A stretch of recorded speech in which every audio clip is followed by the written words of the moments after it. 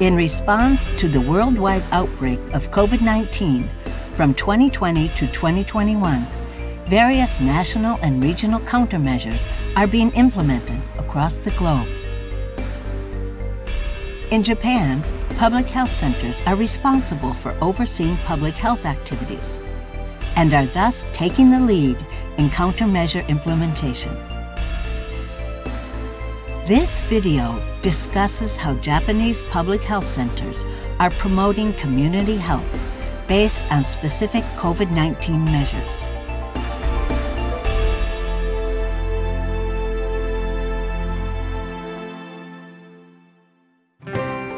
First, we will discuss the law and surveillance system pertaining to infectious diseases in Japan.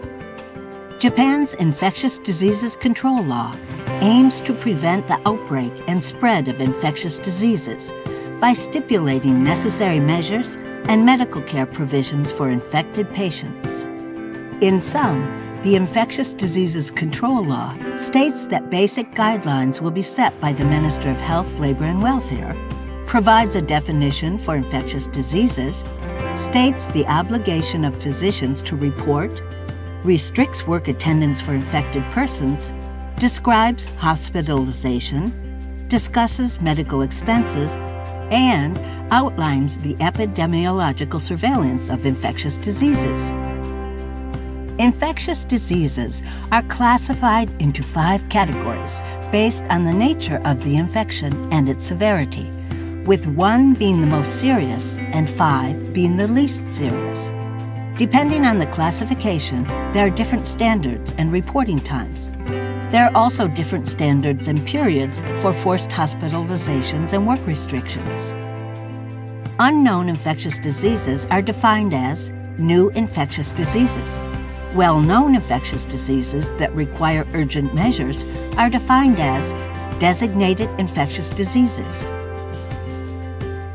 In addition, the preamble to Japan's Infectious Diseases Control Law clearly states that the human rights of infected patients should be respected. Japan's Infectious Diseases Control Law aims to establish a system for the national epidemiological surveillance of infectious diseases, which will investigate trends in infectious disease outbreaks and develop a system for the rapid implementation of preventive measures at the national and prefectural levels. There are 2 types of surveillance for infectious diseases, namely passive and active surveillance. Of these types, passive surveillance begins with case reporting and is positioned as an NESID program under Japan's Infectious Diseases Control Law. Information on outbreaks is reported from medical institutions to prefectures via the public health centers under their jurisdiction, which is then reported to the Ministry of Health, Labor, and Welfare. This information is then compiled and analyzed by the ministry and returned to the prefectures. Since each prefecture contains a public health institute with its own laboratory, they also analyze prefectural data in cooperation with public health centers. In active surveillance, the government, prefectures, and public health centers also conduct surveys of medical institutions and facilities where infectious diseases are detected. The collected data are used to analyze the nature of those diseases and any contributing factors, thus aiding in preventive measures.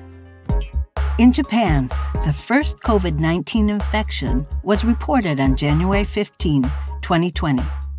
By the end of January, the new COVID-19 infection was categorized as a designated infectious disease based on the definition provided in the Infectious Diseases Control Law.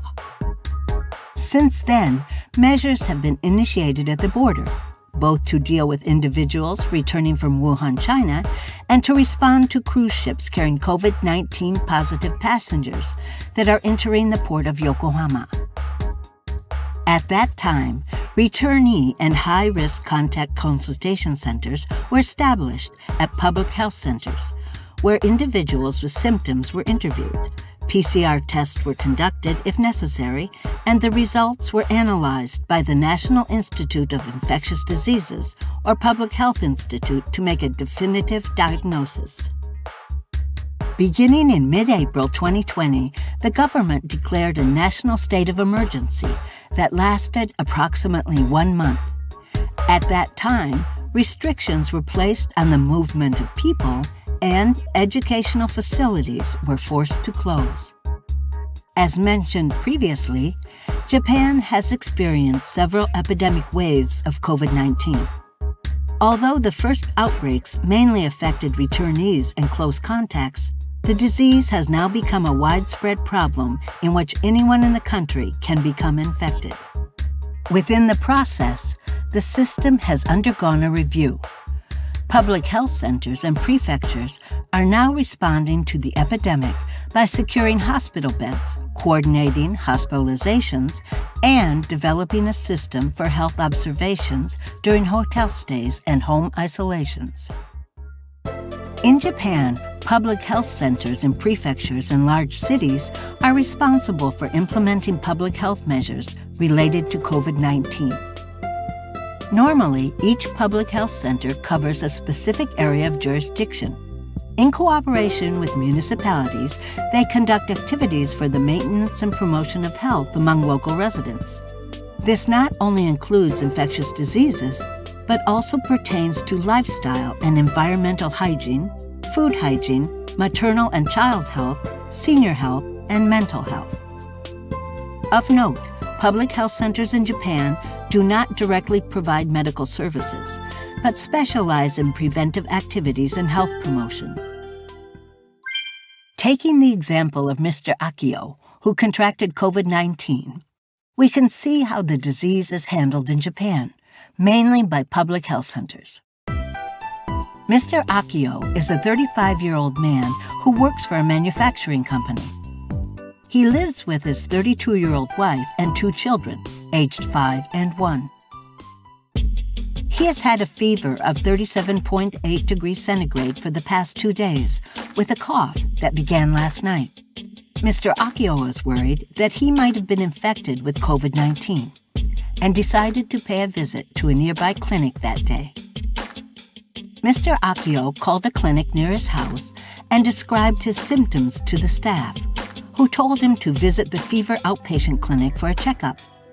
As instructed, he arrived at the fever outpatient clinic, where he took a PCR test.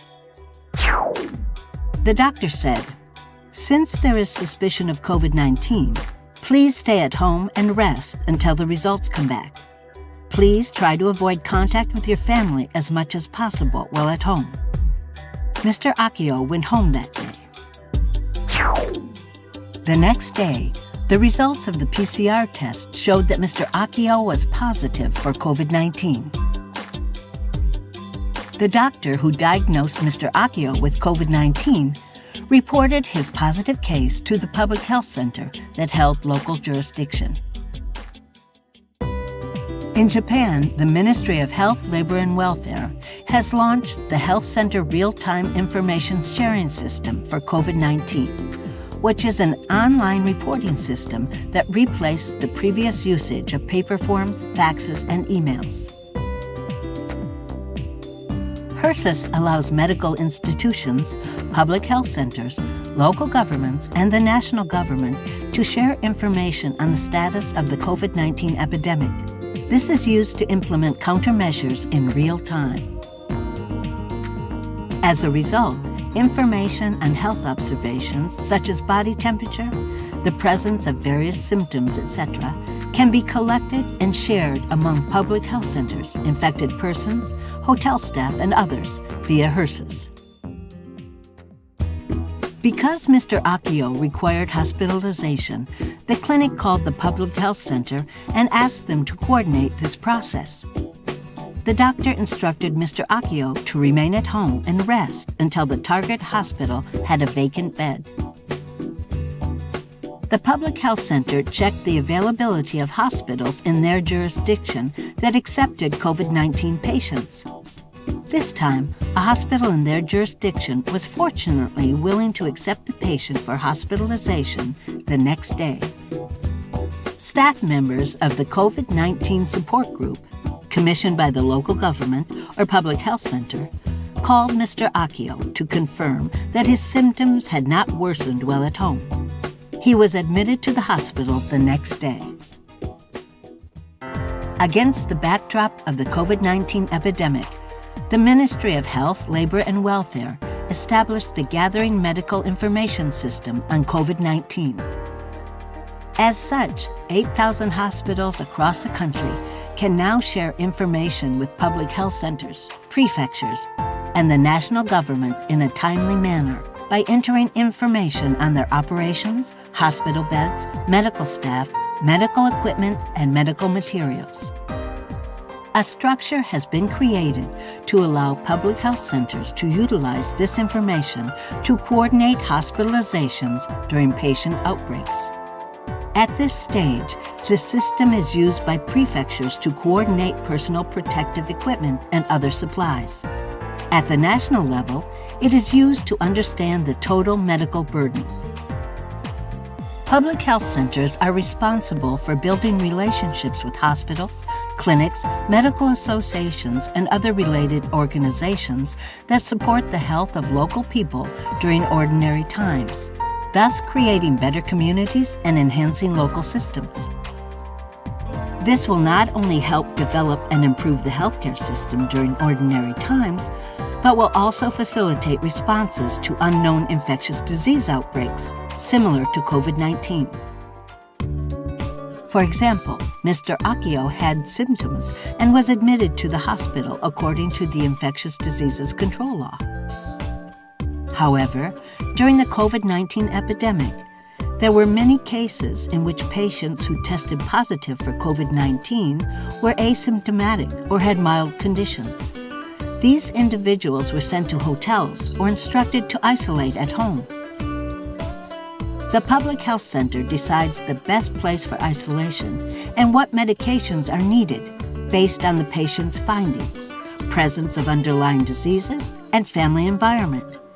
In the case of home and hotel isolations, the COVID-19 support group will monitor the health of the patient on a daily basis and communicate with the Public Health Center if problems arise. Mr. Akio's medical expenses were fully covered by public funds in accordance with the Infectious Diseases Control Law. During infectious disease epidemics, public health centers are also tasked with active epidemiological investigations. This involves interviewing individuals about the behavioral history of the positive person before and after the onset of the disease to determine where the infection may have occurred. The goal is to find clusters that have not yet been detected and identify the potential for infection spread. Japan has used this method for many years to help fight conventional infectious diseases such as tuberculosis. The Public Health Center staff interviewed Mr. Akio about his behavioral history beginning 2 weeks prior to the onset of illness to the day of diagnosis. They also asked him about his contacts, including individuals with whom he worked or went out with. The Public Health Center staff also visited Mr. Akio's workplace to observe the status of infection prevention measures based on the local floor map. As a result, some close contacts were discovered. This included Mr. Akio's family members and 4 colleagues that had lunch with him the day prior to disease onset.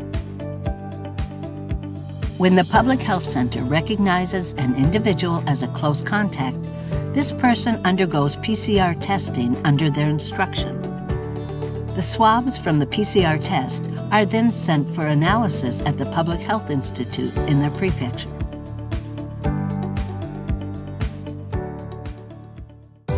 While the PCR test results were positive for Mr. Akio's wife, they were fortunately negative for their 2 children. The Public Health Center informed Mr. Akio's wife about the results of the PCR test. Since her symptoms were mild and she had to take care of her children, she stayed at home. The Public Health Center provided her with points of caution in this regard as the 2 children were negative at the time. The Public Health Center made daily contact to monitor her health, with instructions that her children would be subjected to additional PCR testing in 2 weeks. Of the 4 individuals who had lunch with Mr. Akio, 3 were negative, but 1 was positive. The 3 negative individuals were placed on home leave for 2 weeks, while the 1 positive individual, who was asymptomatic, was placed in a hotel for 10 days while undergoing health observations. So what does the Public Health Center do with each facility? As an example, the Public Health Center holds discussions with the staff in charge to provide advice and instruct on countermeasures. For companies, the Public Health Center routinely advises on specific infection control measures in the workplace. Especially for small companies, it is difficult to continue business when there are many close contacts or high numbers of infected persons. For this reason, the Public Health Center will work with the company to find ways to continue business activities while taking measures against the infection. Public health centers strongly request that schools distribute information on human rights protections to school children, parents, and communities. This is done in anticipation of any discrimination that may occur when school children or parents test positive. Public health centers also provide advice on the preparation of documents to provide information to parents. If a cluster of COVID-19 cases occurs at a restaurant, then public health centers will urge that facility to improve its infection control measures and advise on future measures. Public health centers are typically responsible for food hygiene controls, including the prevention of infectious diseases. Since COVID-19 is a designated infectious disease that is enforceable under the law, efforts are made to provide foreigners with accurate and detailed materials containing information in their native languages. Public health centers also strive to develop support systems in cooperation with municipal public health nurses. Public health centers are also expected to conduct awareness-raising activities on human rights issues related to infectious diseases. Here we consult with Dr. Tsurugi, who is the director of Kikuchi Public Health Center, to determine what types of awareness-raising activities on human rights issues her center conducted in the early days of the COVID-19 epidemic. In the early days, the secondary contacts of close contacts were sometimes unable to attend school or work. There's no need to restrict the behaviors of the secondary contacts of close contacts. When such cases occurred, we carefully explained each case to the schools and companies. Also, the Public Health Center often received phone calls from citizens.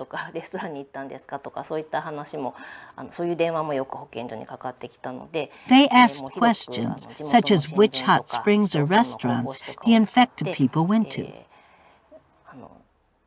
To deal with this, we use local newspapers and local government magazines to educate the public that anyone can get the disease and that we should not discriminate against those who are infected. It is also important to provide appropriate workforce management for public health center staff who have been working in this unprecedented infectious disease pandemic since the winter of 2020. The most important thing is to build an atmosphere where we can all do our best. Also, if we do not get enough food and sleep, we easily get tired. For example, if we have to work until late at night, we prepare dinner at the office so that we can look after our staff's working environment. In addition, we monitor the working hours to prevent unpaid overtime. Some of our staff members have chronic illnesses, so we try to keep them from working directly with COVID-19 patients. There are still many unknowns about the new coronavirus. Under these circumstances, it is hoped that vaccinating of a large number of people as soon as possible will reduce the number of severe cases and mortalities. reduce the burden on medical facilities, and be the first step toward a normal social life. In Japan, the vaccination of healthcare workers began in February 2021, starting with the government's general prioritization of vaccinations. Each municipality responsible for implementing vaccinations set up an implementation plan. In this way, since April 2021, vaccinations are being promoted through local government initiatives, with priority given to persons aged 65 and above and those with underlying diseases. Public health centers are coordinating the formation of a vaccination system with reference to the national policy. Public health centers play a wide range of roles in infectious disease control. For example, they hold consultations with residents and their families, coordinate hospitalizations and transfers, conduct epidemiological surveys, observe health among close contacts, provide guidance to facilities, and collect and analyze information. As with disaster response, it has been clarified that prefectures and public health centers must collect information, evaluate and analyze the data, and coordinate with relevant entities. However, unlike in disasters, COVID-19 necessitates a response to a nationwide situation that continually changes over a long period of time.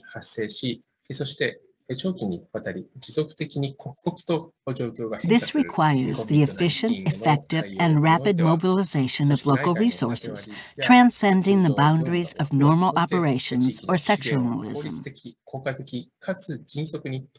In addition to management, prefectures and public health centers must take strong leadership roles in fostering unity among all regional players, ranging from residents to relevant organizations. Public health centers have been busy responding to COVID-19 since the first case was confirmed in Japan in January 2020. In responding to the infectious disease pertaining to medical care delivery systems and welfare issues which impact the vulnerable people in society have been revealed. As globalization continues, nations around the world are rapidly experiencing an increased need for interdependence and mutual influence. Under COVID-19, we are given the rare real-time experience of seeing how a single infectious disease manifests in one region and spreads to every corner of the globe. The efforts made by Japanese public health centers during ordinary times have played an active role. In Japan's ongoing response to COVID-19, these public health centers have played a vital role in prevention, as well as vaccine distribution and therapeutic support.